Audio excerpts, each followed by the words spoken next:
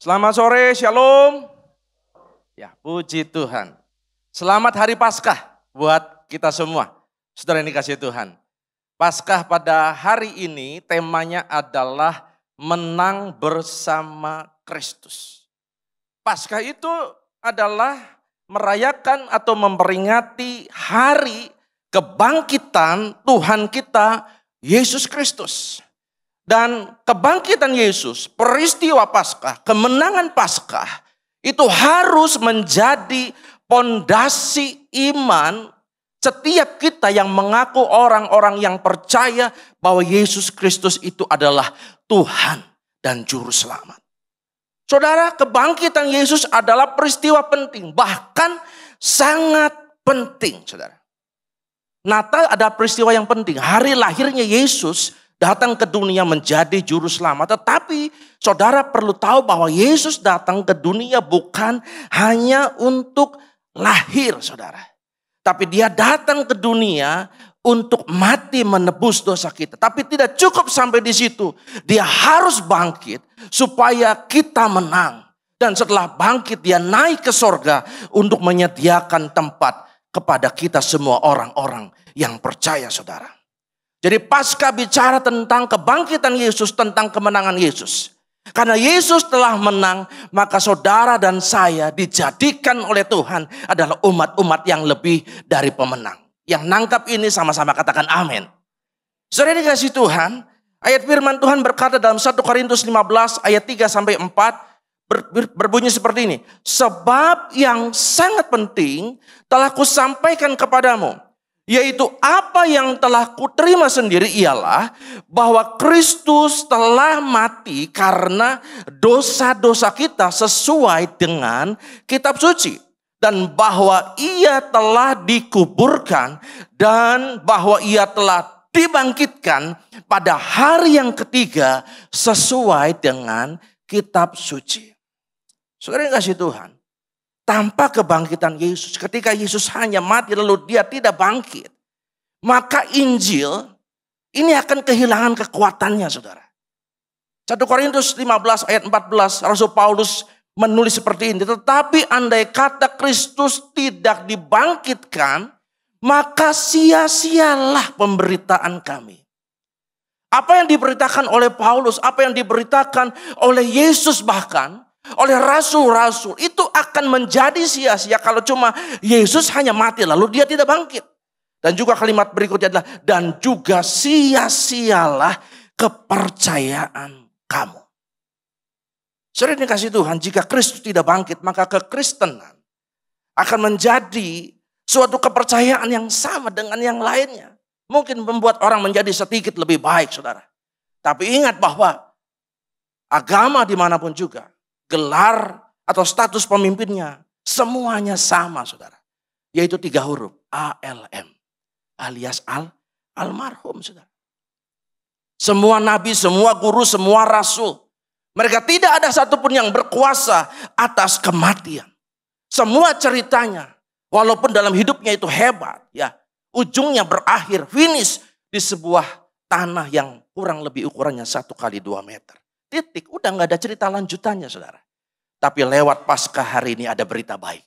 Dan berita ini sangat penting. Yaitu apa? Kubur Yesus telah kosong. Dia bangkit, dia menang, dia hidup. Amin. Saudara yang dikasih Tuhan, Yesus pernah berkata dan ini dicatat oleh Yohanes dalam kitab Wahyu 1 ayat 17-19. Tuhan Yesus bilang begini, jangan takut. Aku adalah yang awal dan yang akhir. Dan yang hidup, aku telah mati. Namun lihatlah, aku hidup sampai selama-lamanya dan aku memegang segala kunci kerajaan maut. Artinya maut telah dikalahkan, saudara. Karena itu tuliskanlah apa yang telah kau lihat, baik yang terjadi sekarang maupun yang akan terjadi sesudah ini. Sekali lagi saya tegaskan bahwa kebangkitan Yesus itu adalah peristiwa yang sangat penting dan harus kita bawa menjadi satu pondasi iman kita. Kenapa? Karena satu, karya salib itu akan menjadi sia-sia ketika tidak komplit, ketika Yesus tidak bangkit. Karena begini, Rasul Paulus menuliskan dalam kitab Roma bahwa ketika Yesus mati dan Yesus bangkit, maka Yesus adalah Tuhan atas orang yang hidup dan yang mati. Kalau Yesus tidak bangkit, maka Yesus itu adalah pembohong, saudara. Karena berulang kali ketika dia mengajar, dia mengatakan bahwa dia akan mati, tetapi pada hari yang ketiga dia bangkit. Dan Yesus menyatakan bahwa peristiwa ini sangat penting mengenai Paskah adalah ketika Yesus tidak bangkit, maka iman kekristenan kita itu nggak ada powernya, saudara. Nggak ada kuasanya, hanya sebuah ajaran saja, saudara. Karena apa? Karena kita mendasari iman kita kepada orang yang sudah mati, saudara. Dan jujur saja bahwa kita tidak mungkin bisa berharap terlalu banyak kepada orang yang sudah mati. Tetapi faktanya bahwa dia bangkit, saudara. Dia hidup dan berita tentang yang kudus ini tidak terbantahkan, saudara. Walaupun dari zaman Yesus mula ada banyak berita hoax yang mungkin coba disebarkan. Contohnya ketika kepala agama orang-orang Farisi mencoba menghubungi Pilatus lalu bilang, Tuhan bahwa ini si penyesat. Wah, ini Yesus dibilangnya penyesat sama ahli Farisi. Gak apa-apa lah, suka-suka dia lah. Si penyesat ini bilang bahwa dia nanti kalau mati dia akan bangkit lagi. Tolong jaga baik-baik kuburnya. Jangan sampai nanti di mayatnya dicuri sama murid-muridnya lalu dibilang bahwa dia bangkit. Lalu orang-orang Farisi juga berusaha untuk mendatangi para tentara Romawi dan menyogok. Kalau sampai terjadi apa-apa, kamu harus bilang bahwa mayat ini dicuri oleh murid-muridnya. Dan bukan cuma di situ, saudara. Berapa ratus tahun kemudian, ada berita yang bilang bahwa ternyata Yesus tidak mati. Yesus tidak mati, yang disalib itu adalah orang lain. Dan ada berita yang mencoba untuk mengubur tentang berita yang kudus ini. Tetapi sampai hari ini Alkitab tetap ya dan amin. Dan saudara yang kasih Tuhan, sejarah mencatat di luar Alkitab ya. Di luar Alkitab ada banyak tokoh-tokoh yang menulis tentang catatan bahwa Yesus itu mati, Yesus itu bangkit dan dia naik ke sorga. Apalagi catatan di dalam Alkitab kita. Dan di Alkitab memastikan bahwa dalam setiap fase kehidupan Yesus, dalam setiap peristiwa. Pada waktu Yesus lahir, saksinya ada. Pada waktu Yesus mengajar, saksinya banyak. Pada waktu Yesus mati, saksinya banyak. Bahkan dalam salah satu kitab Injil dikatakan bahwa kematian Yesus itu menjadi tontonan banyak orang, saudara. Dan pada waktu dia bangkit, saksinya banyak. Dan pada waktu dia naik ke sorga, saksinya banyak. Jadi sesuatu yang tentang Yesus adalah sesuatu yang real, bukan sesuatu yang fiktif, saudara. Jadi saudara yang dikasihi Tuhan, jika Yesus tidak mati, maka tidak ada penebusan.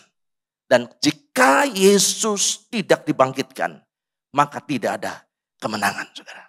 Nah sekarang, kemenangan apa saja yang Tuhan berikan kepada kita, orang-orang yang percaya, lewat kebangkitan Tuhan Yesus. Klik. Yang pertama kemenangan yang Tuhan berikan lewat peristiwa kebangkitan Tuhan Yesus adalah kemenangan atas belenggu dosa, saudara. Ini yang poin yang pertama. Saudara, yang namanya problema, yang namanya persoalan hidup manusia itu beda-beda, saudara. Jadi antara A, B, C, masing-masing jangan dipikir bahwa yang punya persoalan itu cuma saudara. Masing-masing di antara kita yang ngumpul mungkin berapa ratus orang ini, masing-masing itu punya persoalan sendiri-sendiri, saudara.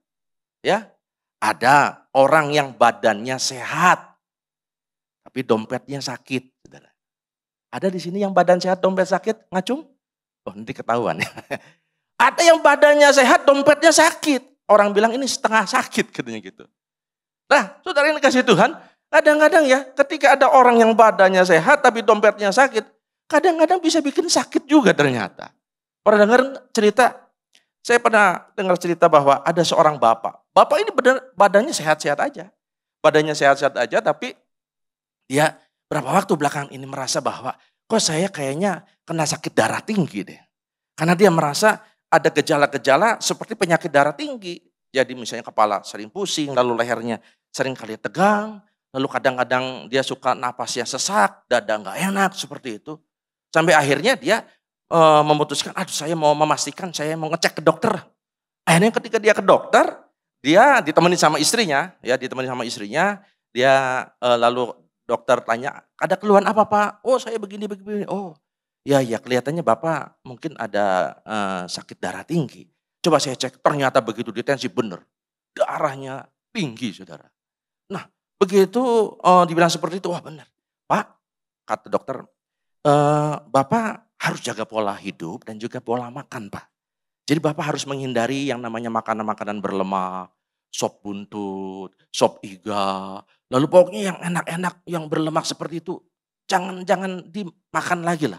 Ya harus jaga pola makan dan juga jaga pola hidup. Lalu Bapak itu bilang bahwa, dok maaf ya, saya sebenarnya yang makanan yang tadi dokter sebutkan itu gak suka saya makan dok. Loh, memang Bapak makannya apa? Saya lebih sering makan tempe. Oh kalau tempe mah sehat. Ya, lalu kenapa ya Bapak kok bisa darah tinggi? Ya masalahnya, dok ini saya makan tempe itu kurang lebih saya ingat-ingat ini udah 4 bulan ini saya makannya tempe terus. Katanya gitu. Hah? Makanya tempe terus kenapa? Ya ini nih. Dia sambil nunjuk istrinya. Nah ini nih. Masaknya tempe lagi. Istri yang disudutkan. Ya. Nggak mau kalah. Dok. Jangan salah dok. Ini saya masakin tempe begini. Kenapa? Karena apa? Uang belanja nggak cukup Senin Kemis. Dia bilang. Ya uang belanja nggak cukup. Mau minta sop buntut, sop iga segala macam. Bakut. Nggak bisa. Ya, makanya saya bikinnya tempe lagi. Akhirnya suami istri bertengkar saudara. Akhirnya pulang ke rumah, si sang bapak ini bukannya makin sehat, tambah sakit saudara. Udah darah tinggi masuk angin karena disuruh tidur di teras saudara. Jengkel istrinya ini saudara. Itu kalau seandainya badan sehat, dompet sakit. Tapi ada juga loh, orang yang dompetnya sehat, badannya sakit. Mau makan ini gak boleh, mau makan itu gak boleh. Tapi uangnya mah cukup, uang mah selalu ada. Tapi karena banyak penyakit, ini nggak boleh, itu nggak boleh. Saudara mau pilih mana? Badan sehat apa dompet sehat? Hah? Oh dua-duanya? Oh sama kayak saya dong ya. Ya, saya juga pengennya badan sehat dan dompet sehat. Tapi jangan salah saudara, ada juga orang yang badan sehat, dompet sehat, pikirannya kurang sehat, jiwanya kurang sehat. Banyak pikiran, kerjaan mah bagus, karir mah bagus, ya. Lalu badan juga sehat, sering olahraga nge-gym. Tapi banyak persoalan. Di keluarga konflik sama anggota keluarga. Ini badan mah sehat, duit mah ada. Tapi pusing ngurusin keluarga. Ataupun ada persoalan yang membuat hati dan pikiran ini pusing saudara. Tapi saya mau bilang begini. Bahwa apapun juga persoalan itu saudara. Itu semuanya ada jalan keluarnya, bisa diatasi saudara. Kalau misalnya badan sakit ya bisa berobat, betul nggak? Kalau misalnya dompet sakit, ya bisa kita kerja keras, kerja cerdas, supaya dompetnya jadi sehat, saudara. Ataupun misalnya ada hal yang mungkin galau seperti itu, mungkin putus cinta atau apapun juga. Ya mungkin kita bisa move on, lalu kita berusaha memperbaiki diri dan lain sebagainya. Dan semua ada solusinya, saudara. Dalam setiap masalah kehidupan manusia yang dialami. Tetapi ada satu masalah yang semua orang miliki. Dan semuanya sama, siapapun itu. Dan masalah itu tidak bisa diselesaikan dengan kekuatannya sendiri. Masalah itu adalah 4 huruf saudara. DOSA. Dan oleh karena itu Yesus harus datang ke dunia. Kalau ada cara lain saudara. Gak perlu Tuhan Yesus datang ke dunia. Mati buat saya dan buat saudara. Karena apa? Karena kita tidak mampu mengatasi dosa kita. Dosa itu seperti belenggu yang mengikat kita. Dan kita terikat. Dan kita tidak mampu melepaskan dengan kekuatan sendiri, dengan amal baik, dengan ibadah, dengan beragama. Saudara yang kasih Tuhan, Paskah dalam perjanjian lama itu tercatat pertama kali di dalam kitab Keluaran. Paskah ini menggunakan pengertian atau kata Pesak, saudara. Dan artinya adalah melewatkan. Jadi Paskah di dalam perjanjian lama itu memperingati tentang bebasnya umat Israel dari perbudakan Mesir. Jadi kalau saudara baca kitab Keluaran, saudara akan ketemu di situ bahwa satu waktu Tuhan memerintahkan supaya bangsa Israel itu menyembelih domba jantan yang tidak bercacat, lalu darahnya tercurah, lalu darahnya itu diambil lalu dioleskan di 2 tiang pintu rumah, lalu di ambang atas rumah tersebut, dan di mana ketika orang-orang Israel taat melakukan apa yang Tuhan perintahkan, maka bangsa Israel selamat dari kematian. Karena pada waktu itu Tuhan akan menghukum orang-orang Mesir dengan tulah ke-10. Dan pada waktu itu semua anak sulung orang Mesir mati semuanya, saudara. Kalau saudara baca dalam kitab Keluaran. Termasuk sampai ke binatang-binatangnya, saudara. Dan setelah itu, tidak lama setelah tulah 10 ditumpahkan kepada bangsa Mesir, saudara. Akhirnya bangsa Israel keluar dari tanah perbudakan Mesir, saudara. Tapi kalau misalnya kita belajar dan mengikuti perjalanan bangsa Israel, ketika mereka sudah keluar dari tanah perbudakan Mesir, saudara. Dalam perjalanan mereka menuju tanah perjanjian yang Tuhan tetapkan untuk mereka tempati di sana. Maka mungkin kita akan menemukan bahwa dalam catatan Alkitab, mereka bangsa Israel itu seringkali ingin kembali ke tanah perbudakan Mesir. Setuju nggak dengan saya? Kalau saudara baca kitab Keluaran pasti berulang kali bangsa Israel yang sudah keluar dari tanah Mesir ingat lagi, ingin kembali lagi, saudara, kepada tanah perbudakan Mesir. Dipikir-pikir kadang-kadang saya mengamati ini aneh juga.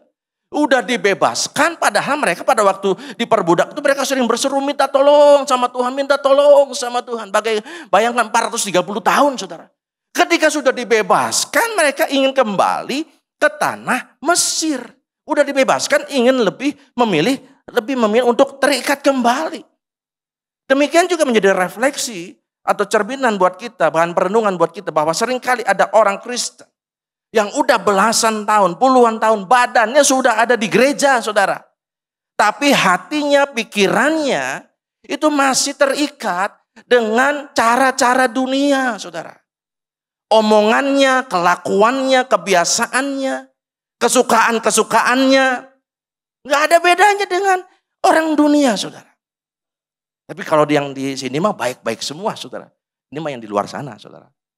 Ada yang seperti itu, saudara.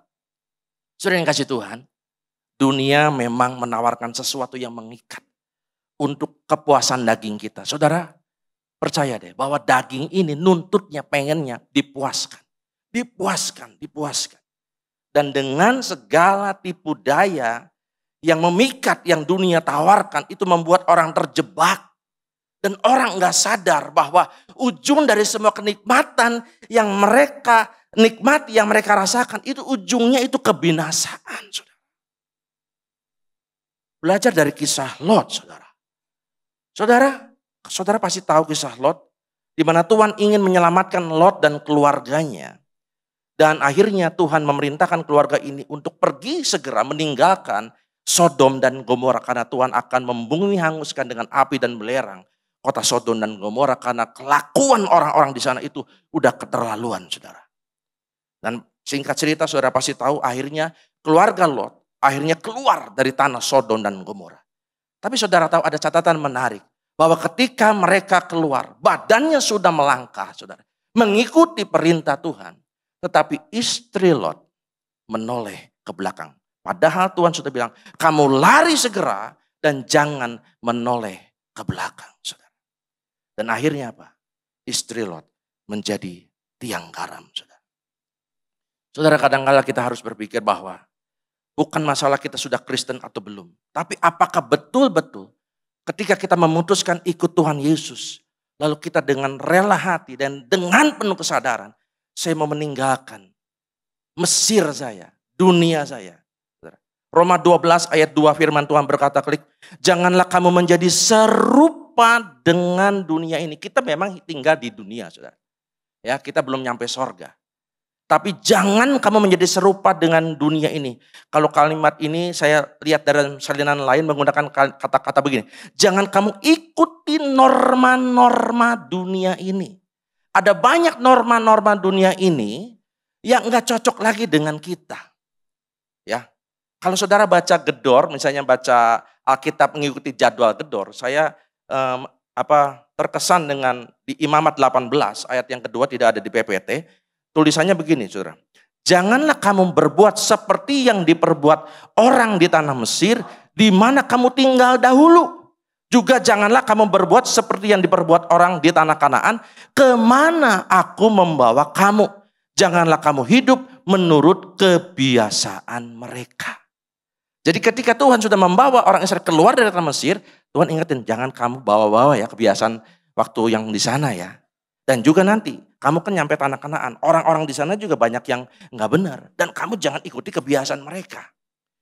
Tetapi berubahlah, kata kitab Roma, oleh pembaharuan budimu. Pembaharuan budi ini apa sih pembaharuan apa? Pembaharuan pikiran, saudara. Pikiran ini perlu dibaharui, saudara. Pikiran kita perlu dibaharui. Kenapa? Karena pikiran kita itu menghasilkan keputusan-keputusan kita. Pikiran kita menghasilkan perkataan-perkataan kita. Pikiran kita akan mengeluarkan tindakan-tindakan kita. Dan esensi dari tobat sendiri adalah perubahan pola pikir. Kalau bahasa aslinya itu metanoia, perubahan pola pikir. Bertobat itu adalah perubahan pola pikir. Jadi orang percaya yang sudah sungguh-sungguh bertobat, maka cirinya adalah pikirannya sudah berbalik arah, saudara. Kalau dulu yang paling dikejar, yang paling digede-gedein adalah mengikuti keinginan daging. Mengikuti keinginan saya. Tapi ketika orang bertobat, maka berbalik. Yang dikejar, yang disenangkan adalah keinginan Tuhan. Galatia 5 ayat yang pertama firman Tuhan bilang begini. Supaya kita sungguh-sungguh merdeka. Ya, Kristus lewat kebangkitannya itu telah memerdekakan kita. Karena itu berdirilah teguh dan jangan mau lagi dikenakan atau dibelenggu oleh kuk perhambaan. Saudara, saya berdoa dan saya berharap kita semua benar-benar jadi orang yang benar-benar menang. Bukan menang bohong-bohongan, saudara. Karena Kristus sudah mati dan bangkit supaya saudara betul-betul mengalami kemenangan itu. Bukan cuma saudara nyanyi hafal lagunya. Tapi saudara benar-benar alami. Karena dia Yesus bangkit. Ya, supaya kita tidak lagi menjadi budak dosa. Tetapi kita menjadi hamba kebenaran. Amin. Yang kedua saudara, kemenangan yang Tuhan berikan dalam hidup kita ketika Yesus itu bangkit, bahwa Tuhan memberikan kita kemenangan atas maut dan kematian. Saudara ngomongin maut dan kematian, mau tidak mau, suka tidak suka, cepat atau lambat, siap enggak siap, kematian itu akan dialami oleh setiap kita manusia. Karena sudah ditetapkan oleh Alkitab, saudara. Ibrani 9 ayat 27 Alkitab menulis, dan sama seperti manusia ditetapkan untuk mati hanya satu kali dan sesudah itu dihakimi. Saudara, secara umum manusia menganggap bahwa berita kematian itu hanya bicara tentang berita duka, saudara. Karena apa? Oleh karena itu banyak orang berpikir bahwa apa? Bahwa namanya kematian itu adalah sesuatu yang horor, sesuatu yang menyeramkan, menakutkan, sesuatu yang mungkin dihindari, dan penuh dengan tanda tanya, saudara. Alasannya kenapa? Kok kematian itu menjadi sesuatu yang menjadi tanda tanya, misteri, sesuatu yang menakutkan buat sebagian orang? Alasannya karena begini, karena kematian itu bersifat pribadi, saudara. Kita nggak bisa ngajak-ngajak teman kita. Umpama saudara punya sahabat baik, ya.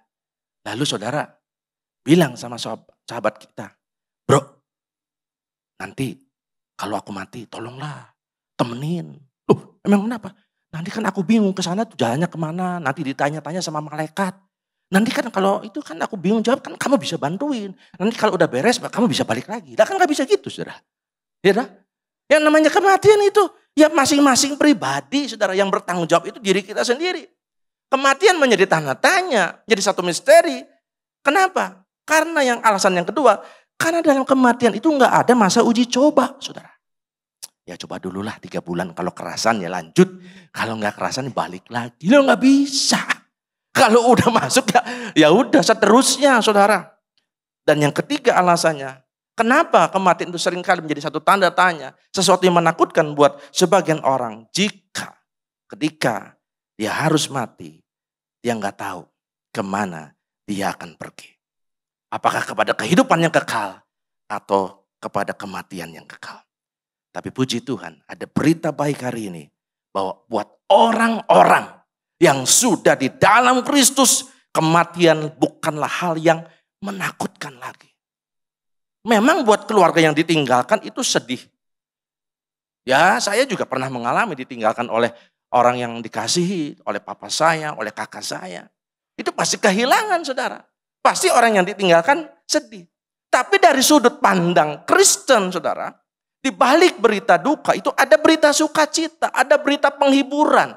Oleh karena itu kalau kita mengucapkan bela sungkawa, empati sama teman-teman yang sesama Kristen ketika mereka berduka, maka ucapannya ada turut berduka cita dalam pengharapan. Apa sih yang diharapkan?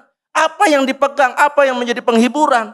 Yaitu janjinya Tuhan, saudara. Itu yang menghiburkan di tengah kedukaan, di tengah air mata yang berderai karena kita kehilangan orang yang kita kasihi.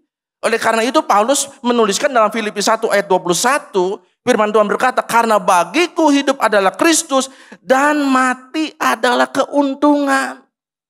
Ini tidak diajarkan di tempat lain, saudara. Di dalam kekristenan bahwa kematian yang seringkali dipandang sebagai berita duka, maka ada keuntungan di sana. Keuntungan apa sih? Sampai-sampai Paulus tulis seperti ini, apa yang Tuhan janjikan?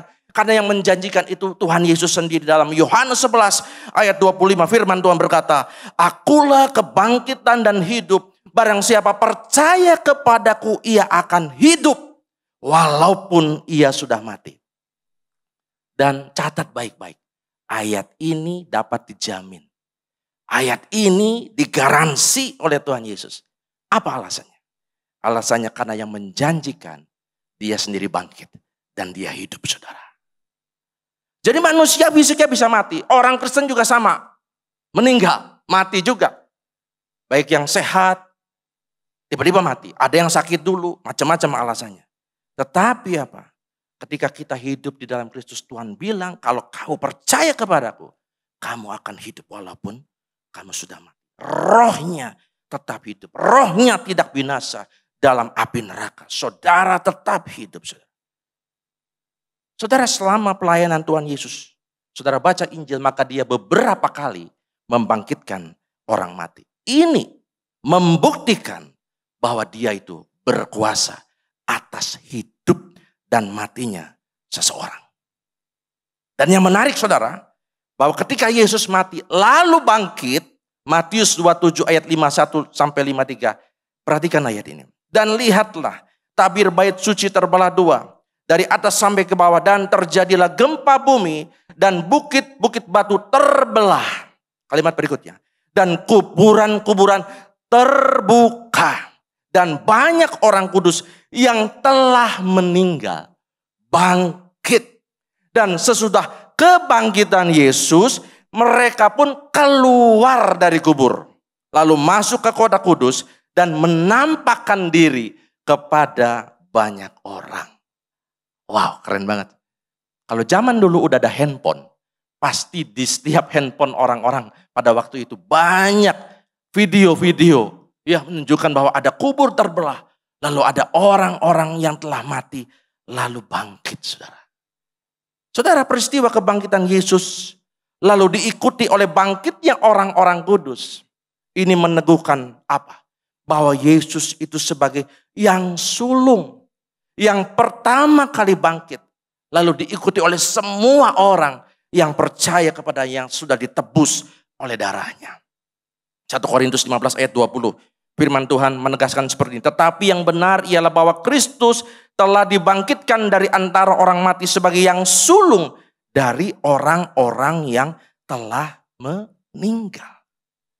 Sering kasih Tuhan, bangkitnya orang-orang kudus yang tadi dicatat dalam kitab Matius ini,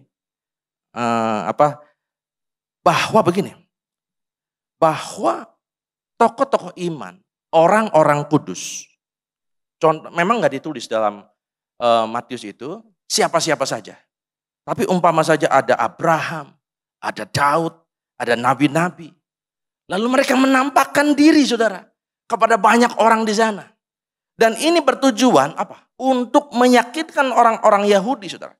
Karena saudara tahu bahwa tipikal orang-orang Yahudi adalah orang-orang yang seringkali keras kepala, susah diomongin, dan seringkali pengen lihat tanda dulu, bukti dulu, baru percaya, saudara. Bahkan murid Yesus yang tiap hari gabung sama Yesus juga ada yang berpikiran seperti itu, saudara.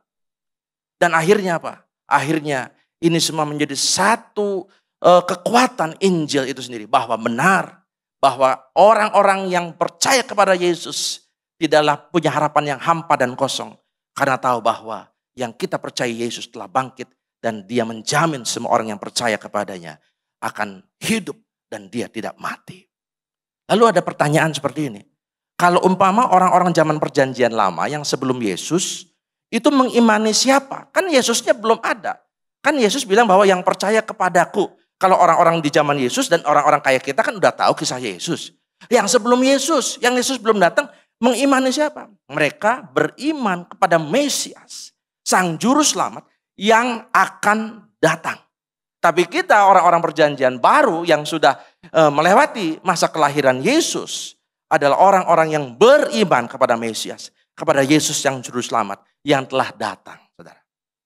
Dan peristiwa kebangkitan orang-orang kudus ini seperti simulasi kecil atau gambaran bahwa nanti di akhir zaman akan ada peristiwa lagi yang luar biasa dan dahsyat.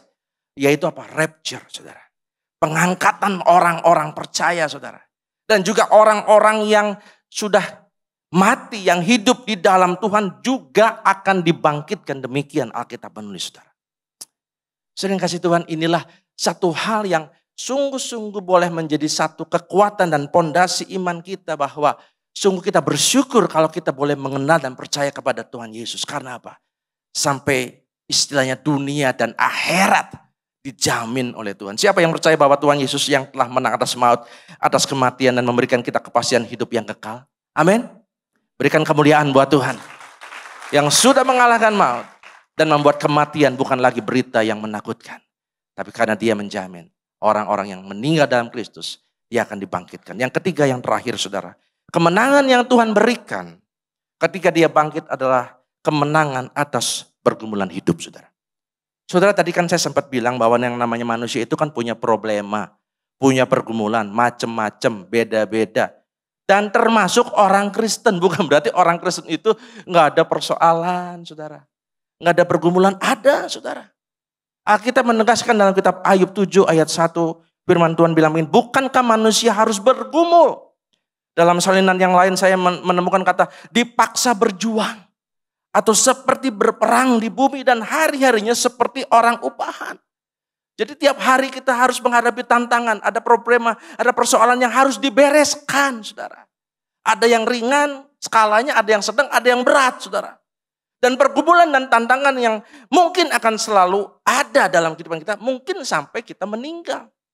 Waktu kita kecil ada tantangannya sendiri. Waktu kita remaja ada tantangannya sendiri. Waktu kita masuk dalam rumah tangga ada tantangannya sendiri. Waktu kita sudah lansia pun ada tantangan, ada persoalannya sendiri, saudara. Tapi saudara harus ingat, walaupun semua persoalan tantangan itu ada, ingat firman Tuhan. Roma 8 ayat 37 menulis seperti ini. Tetapi dalam semuanya itu kita lebih daripada orang-orang yang menang oleh Dia yang telah mengasihi kita, saudara. Menang atas apa sih ayat ini? Kalau saudara baca ayat-ayat sebelumnya, maka di situ diceritakan ada banyak tantangan, persoalan, pergumulan hidup yang dihadapi oleh manusia. Entah itu tantangan kesesakan, pedang, kelaparan, ketelanjangan. Ini sesuatu yang bisa memisahkan dari kasih Kristus. Tetapi Paulus menegaskan dalam semuanya itu, persoalan-persoalan itu, kamu lebih daripada orang-orang yang menang. Alasannya apa? Karena Dia yang telah mengasihi kita, saudara. Saudara yang dikasih Tuhan, kadang-kadang ya orang kalau misalnya ada pergumulan ada pergumulan hidup, ya itu seringkali berujung kepada keputusasaan, kekecewaan, enggak bergairah, putus asa, hilang pengharapan, saudara. Ada satu contoh di Alkitab dalam Lukas 24 ayat 17. Ini bercerita tentang kisah pada waktu setelah Yesus mati, saudara. Ceritanya ada dua orang murid Tuhan Yesus yang tidak disebutkan namanya. Itu dalam keadaan murung, dalam keadaan kecewa. Apa penyebabnya? Penyebabnya adalah ketika pada waktu itu Tuhan Yesus ketika dia ada di muka bumi, dia berharap bahwa Yesus akan menjadi orang yang mampu membebaskan orang-orang Israel dari penjajahan. Tetapi Akhirnya mereka kecewa. Kenapa? Karena Yesus yang begitu mengagumkan pengajarannya, mujizatnya. Lalu tiba-tiba seperti seolah-olah jadi orang yang paling tidak berdaya. Akhirnya mereka berdua ini memutuskan dari Yerusalem pulang kampung ke Emmaus, saudara. Karena alasannya karena ada ekspektasi, ada harapan yang tidak sesuai dengan kenyataan. Dan kalau saudara baca kisah Lukas 24 ini, maka ketika mereka berjalan, murung, mungkin lunglai, ya tertunduk, ya.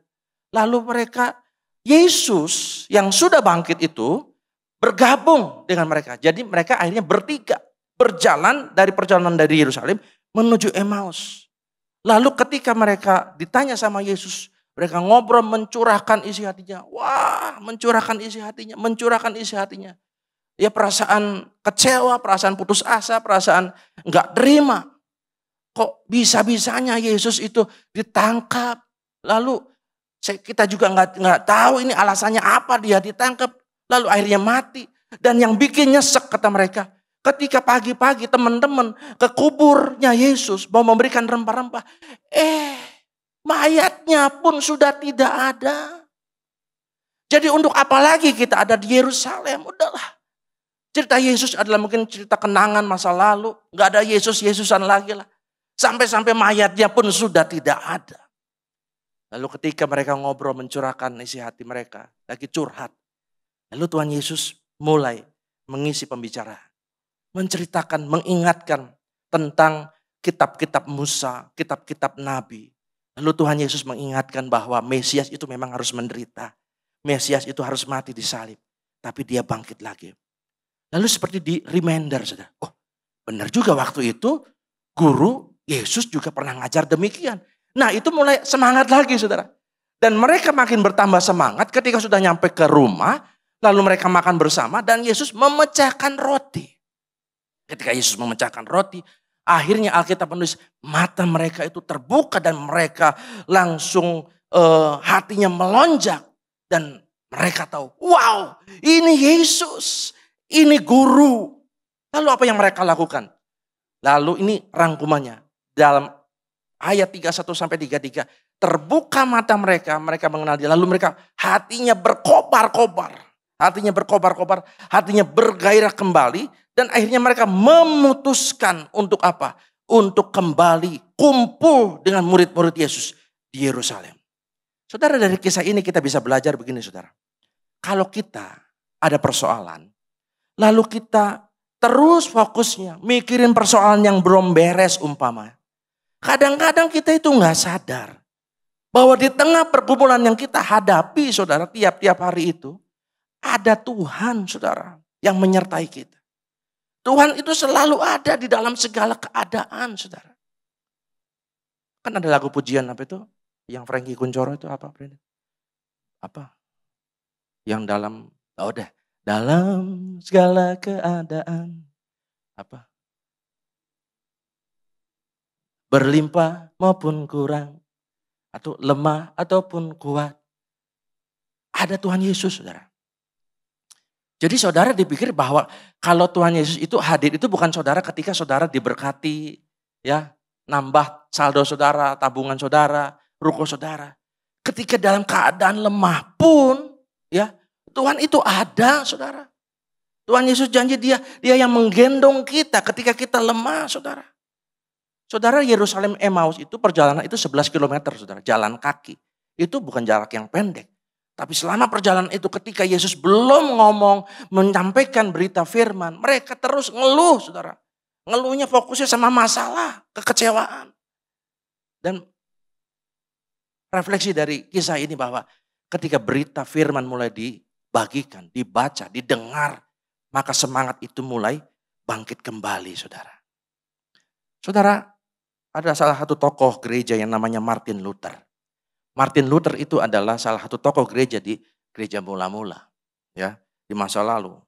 Udah lama sekali kisahnya, saudara. Martin Luther itu pada satu waktu dia murung, dia lelah, capek. Namanya pelayan Tuhan, hamba Tuhan juga manusia, saudara. Ketika ada banyak tekanan, pelayanan seperti itu. Dan Martin Luther dinasihati sama istrinya, Pak ayo semangat. Tapi Martin Luther rasanya, aduh masih belum bisa lepas dari lelahnya, dari capeknya, dari keputusasaannya. Sampai satu waktu istrinya yang bernama Katrina Van Dora, dia pakai baju hitam-hitam. Lalu dia pamit sama suaminya, Pak pamit ya. Mau kemana? Mau melayat.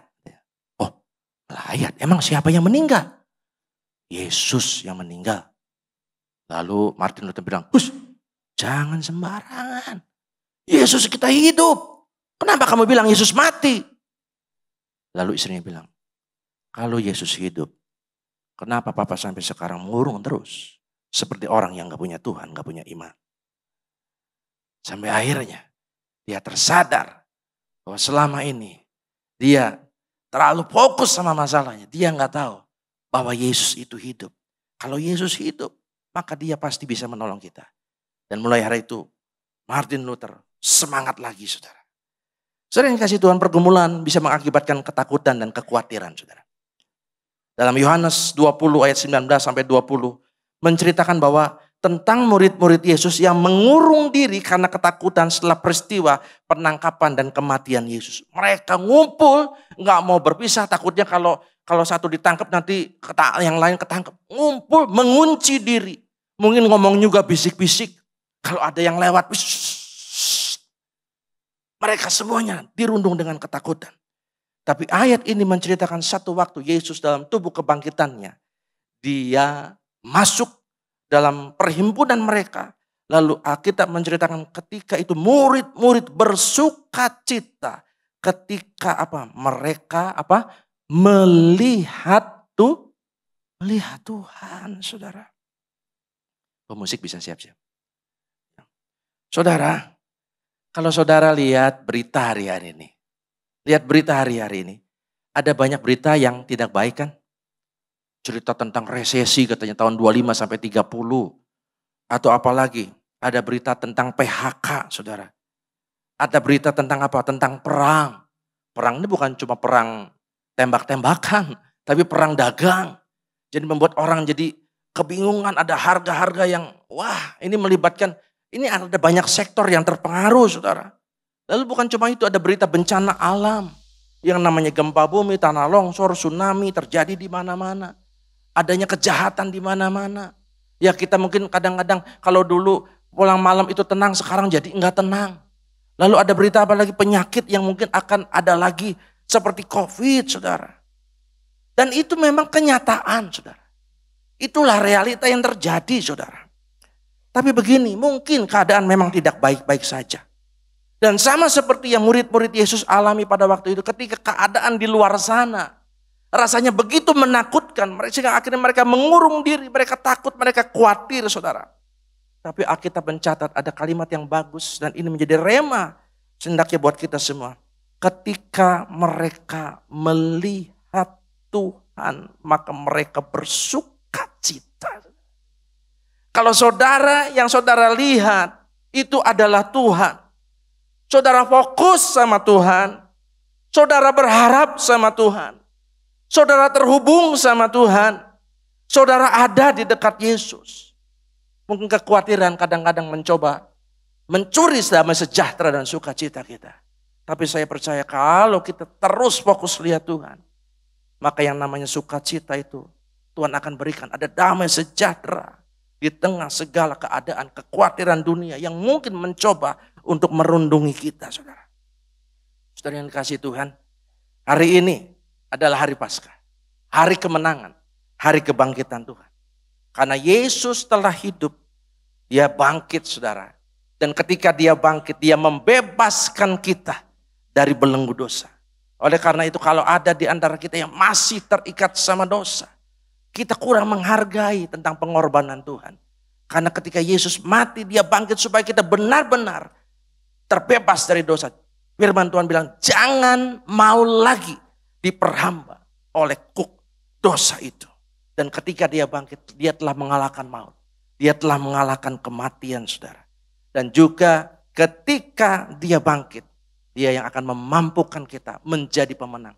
Pemenang atas apa? Dalam segala persoalan, segala perkara, segala masalah pergumulan kehidupan. Pergumulan kehidupan mungkin gak ada habis-habisnya. Tapi saya percaya ketika kita ingat Tuhan telah bangkit, Tuhan telah menang. Tidak ada persoalan yang tidak dapat diatasi. Pencobaan-pencobaan yang kamu alami kata Tuhan adalah pencobaan biasa. Tuhan akan memberikan kekuatan dan memberikan jalan keluar. Mari hari ini bersuka cita bersama-sama. Kita mau sama-sama bersuka cita dan bersyukur karena Tuhan kita telah bangkit.